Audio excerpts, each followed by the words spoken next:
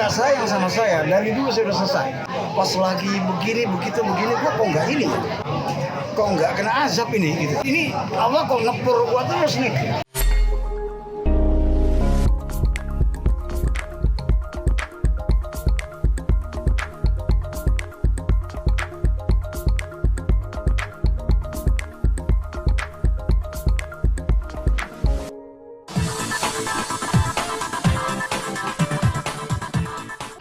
Update-nya seperti apa sih Bang? Ini lagi masih syuting di tengah pandemi seperti itu, makanya ada waktu datang ke sini untuk nontonnya. Ya, pandemi itu sebenarnya sih tidak hanya rugi, hikmahnya juga banyak. Dengan kita artinya syuting frekuensinya jarang gitu ya. Pada akhirnya kita bisa mengisi acara-acara seperti ini. Kalau saya pribadi, saya mengambil hikmahnya saja dari kejadian pandemi ini, karena saya bisa bergabung, saya bisa mengikuti kegiatan-kegiatan amal. Ya memang kita disuruh beramal memang di zaman pandemi ini, ngapain lagi? Semua sektor mati, nggak ada. Ya alhamdulillah baru-baru ini aja kan mulai kembali aktif. Ya paling ya kegiatan saya ya ada sih beberapa syuting kayak di Netflix ya, kayak di Disney segala macam kan banyak tuh sekarang. Nah paling di situ. Kalau untuk sinetron sekarang ini kita masih fokus ke PPT lagi sih, karena kita ada jilid 15 lagi. Alhamdulillah berkah ya, alhamdulillah lah. Artinya di masa pandemi ini kegiatan saya selalu mengisinya dengan hal-hal yang benar. Jadi kalau ditanya gimana, pengaruh nggak dengan pekerjaan? Bagi saya biasa-biasa aja. Ya pengaruhnya kalau bagi saya tergantung bagaimana kita menyiasatinya aja. Saya gitu. Artinya selagi kita punya akal, selagi kita punya kemampuan, spirit, ya, selagi kita masih bermanfaat untuk semua orang, saya kira tidak ada kata menganggur. Kayak begini kan berarti saya bermanfaat. Saya datang kemari, saya dibutuhkan orang.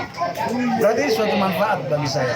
Saya sangat takut sekali, sangat mengerikan sekali apabila suatu saat saya tidak bermanfaat lagi. Dan kita tidak akan pernah dihargai orang.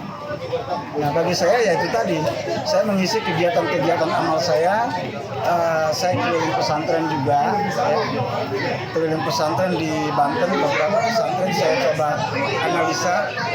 Ini kok bisa mendirikan pesantren ini, kok bisa, caranya gimana? Gitu kan?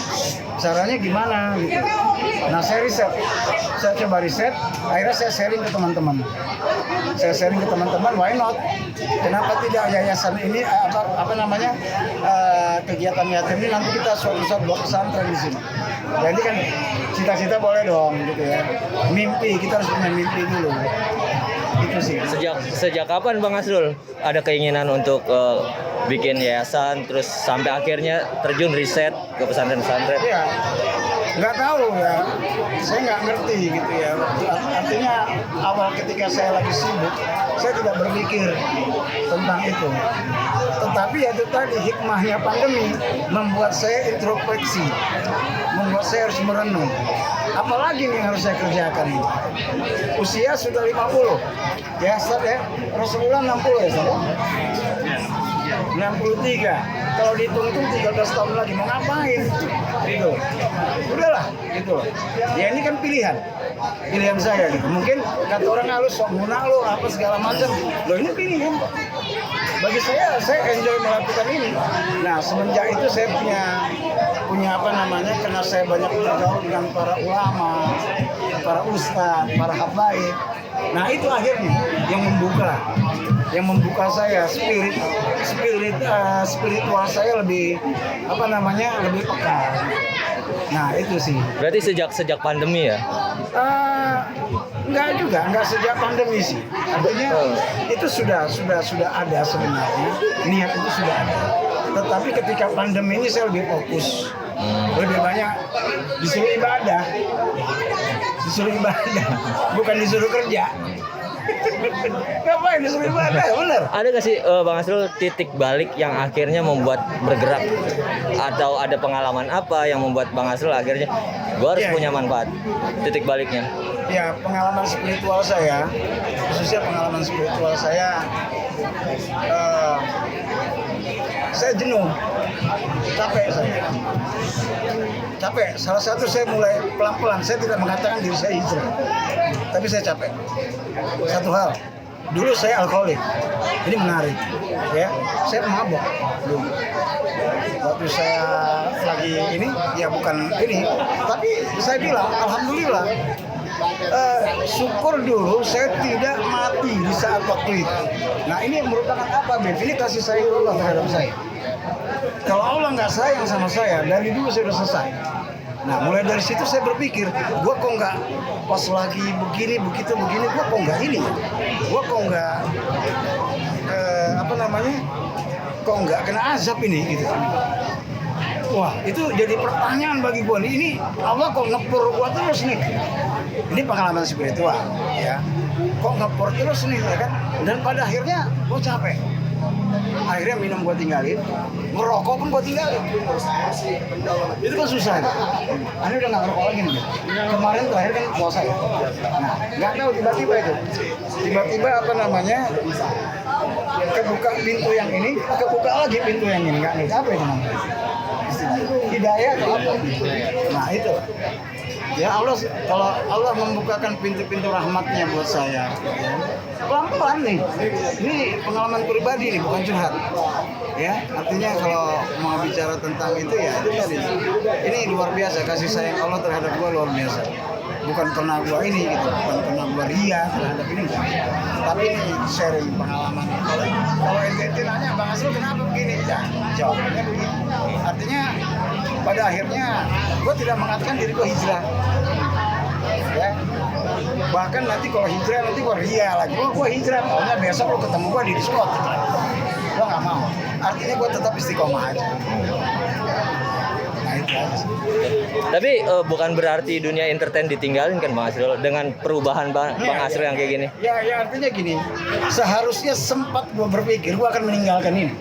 Sempat gue berpikir, cuman terlalu pongah banget menurut gue gitu ya kan. Artinya apa salahnya gue jadikan sarana dakwah gue, kan gitu loh. Ya kan, tergantung kita nih, apa salahnya. Ya gue jadikan ini adalah sarana dakwah, artinya walaupun sebenarnya ada hal-hal yang sedikit kalau gua berdakwah melalui sinetron itu rasanya bullshit banget lah, nggak inilah. Tapi gua punya keyakinan kalau memang itu bermanfaat, ya memang tes gua di sana, apa salahnya gua coba menggunakan tes gua itu untuk berdakwah dengan cara gua sendiri, ya dengan cara gua sendiri, ya ya tetapi gua harus minta pendapat para ustadz, baik ulama, gimana nih Ustadz, kalau saya begini gimana ya. Nah bagi saya memutuskan sekarang ini ya gue nggak meninggalkan dunia itu, tetapi mungkin gue batasi aja. Mungkin itu yang mencerminkan karya-karya Bang Asrul lebih dipilih-pilih, kayak lebih religius. Gak tahu gue nggak ngerti gue artinya masalah itu Allahu alam ya. Apanya kayak di PPT gitu ya. Tokoh gue itu kan sangat inspiratif, sangat inspiring. Bahkan banyak quote-quote gue itu viral di ini, gue nggak tahu ya. Sebab gue sendiri gue nggak tahu itu viral. Ada salah satu adegan gue diviralin orang, gue nggak ngerti, gue nggak pernah lihat. Tapi teman yang tahu, lu gila lu, di viral. Lo gue bilang, padahal gue acting aja itu ya. Tapi gue malu. Ini ternyata apa yang gue katakan bermanfaat untuk semua orang. Nah tapi di situ gue kayak timbul, wah jangan sampai mereka tahu ternyata Bang Asrul belakangnya begitu, cuman ngomong doang nih gitu. Nah itu yang mendorong gue untuk coba lagi untuk merubah diri gue gitu. Karena bagi gue ini kan peringatan Allah sama gue bilang Allah sudah kasih kemuliaan itu sama gue. sudah kasih kemuliaan itu sama gue. Jangan sampai gue itu tiba-tiba kenyataannya gue brengsek. Kayak gitu. Makanya ini mengerikan sekali. Ujian buat gue. Hal ini adalah ujian.